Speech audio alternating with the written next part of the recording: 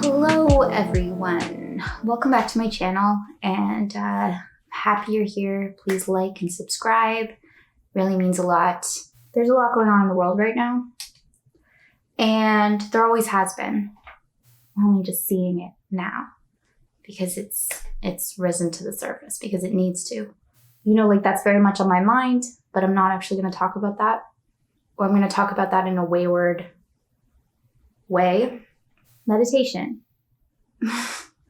So I have a very, how do I say it? My relationship, my experiences with meditation is very varied.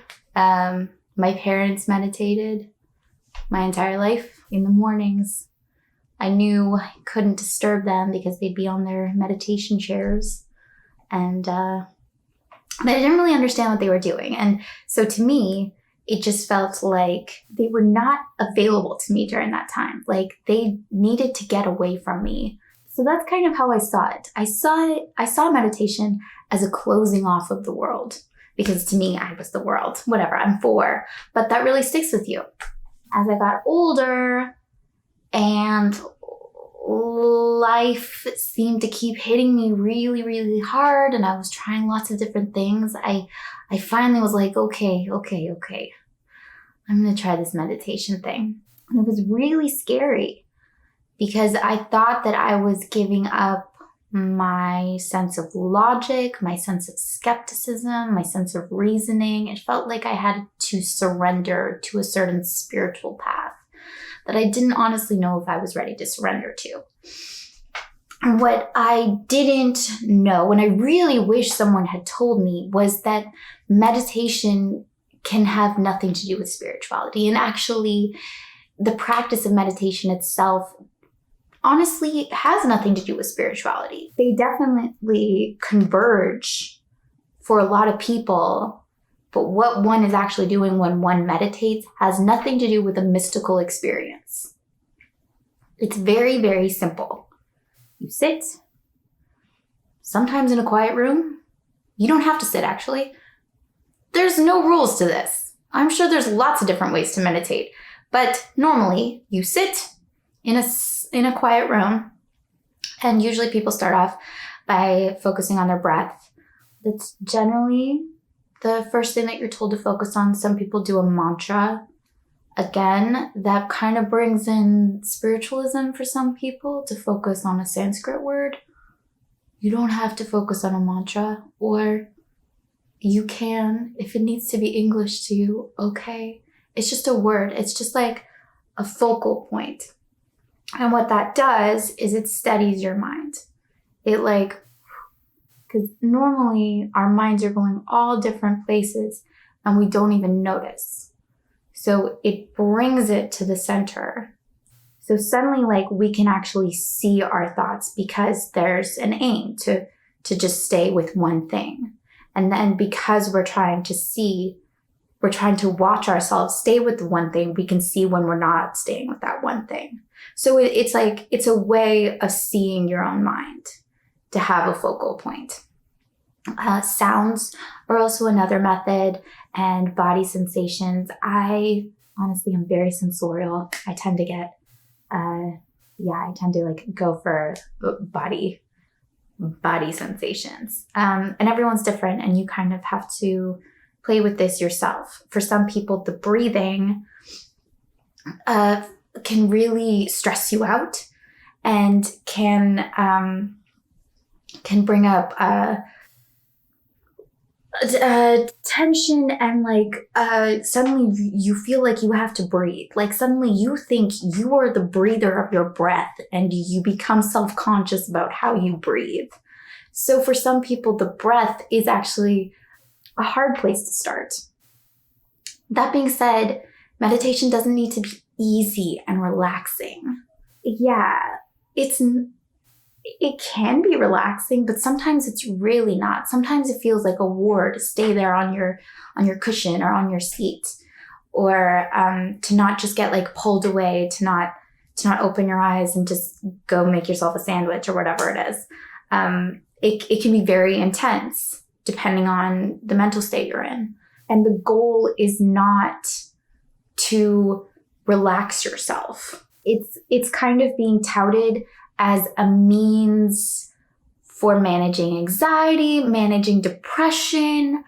I'm sure it has all of those things. However, for me, the real goal of meditation is just to see clearly.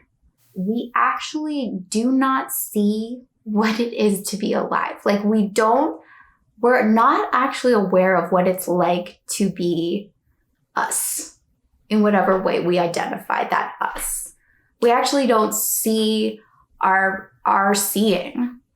So that's the reason to meditate. And if that doesn't sound interesting to you, imagine being a little kid in school who needs glasses. And you're failing all your classes and it's hard and you're frustrated all day long and you're grumpy and it's not working. The school thing isn't working. You don't get it. And then someone's like, oh, the kid just needs glasses. He's myopic. Put some glasses on him. And then suddenly you put those glasses on and you can see the chalkboard if they still use chalkboards. You can see things. You can read the notes. You can read the book. Everything's so much easier. That's all meditation is. It's just becoming aware. And the reason that we don't see is because in some way it keeps things fixed. It keeps things unchanging. So sometimes we really don't want to see, and it can take a really long time to kind of step back and observe what's actually going on. And I've been meditating now on and off for about, 3 years, I want to say. And maybe that doesn't sound like a lot to most people. Yeah, I started with apps and I started with yoga and I went down a very spiritual path with Ram Dass, and it was very scary to me. And I decided that I was going to meditate 2 hours every day. 1 hour first thing in the morning, no matter what, and an hour right before bed. And I'm very regimented, so I did it, but I was really worried about losing touch with reality. I felt like I was just like turning offline for those hours and kind of glazing over. That's what I was really worried about. And maybe that came from whatever I thought was going on with my parents when I was a kid. I'm not exactly sure. Or maybe it's just like, there's lots of those ideas of like monks up in the mountain. And it's like, hey, are you really here on earth? I had a lot of worries about not being present, not being here, not being a part of things, not experiencing life the way that I should experience it. And so I took a break from it. And it's only now that I've reintroduced it into my life that I see that was like completely an add-on that had nothing to do with meditation, really. It was just a projected manifestation of my own concerns about how it is I go about this lifing business.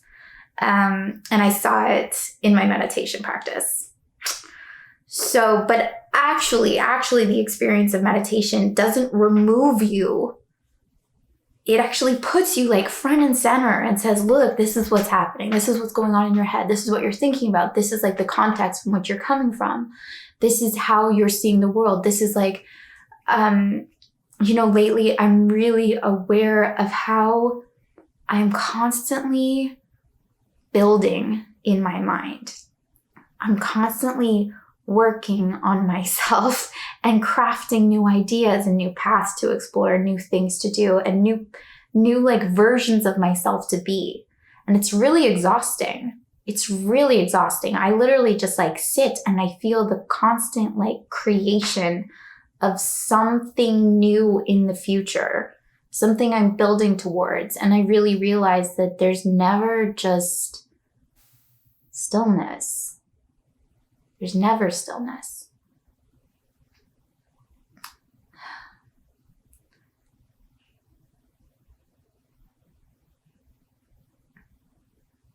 And it's good to become aware of that.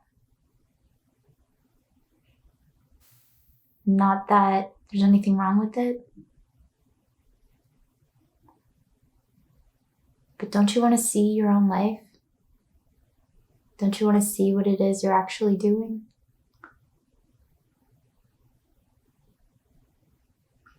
I highly recommend all of you try it. I know it can feel hard at first. Sometimes it feels hard even 3 years in, but it's interesting even to just observe that difficulty. Why is it hard? You're just sitting there. Why is it hard? You know, they say that like if you don't have 10 minutes to meditate, then you really need to meditate. And the reason for that is because, like, yes, oh, you obviously lead such, people think it's like, oh, you lead such a busy life that you don't have 10 minutes. That must be so stressful. Therefore, yes, you absolutely need these 10 minutes.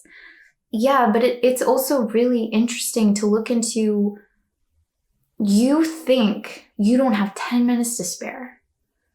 That's how you see life. You're like running around. You don't have 10 minutes. That's the perspective you have about yourself and your life and your time. So I just like, I wanted to put this out there. I think that we could all use more sight. At the start of this quarantine, I kind of like joked about this. I've always wanted to do a Vipassana retreat, which is basically a 10-day retreat where you don't speak and you're meditating like 10 hours a day. It's intense, and I like intense. But I kind of joked at the beginning of this quarantine, oh, this is an amazing Vipassana opportunity. Of course, I kept speaking, but it has really given me time to like reflect on myself and to look and to actually like getting to step outside of the world, getting to look at what it is I've been doing and all the chasing and the chasing and the needing to be more than what I am. It's been really, really good for me actually in that sense. And Vipassana literally just means insight. So it's like, it's just sight. It's sight in. Try meditation. If you haven't, try it. Try it. And stay curious. If you're apathetic, if it doesn't work for you, be curious about what doesn't work about it for you. Be curious. Like you're here with a mind and a body. Don't you want to know how it works? Don't you want to know what's actually going on? It won't hurt you, I promise. It'll make life better. Okay. I love you, and please stay safe. Please be well. Take care of one another.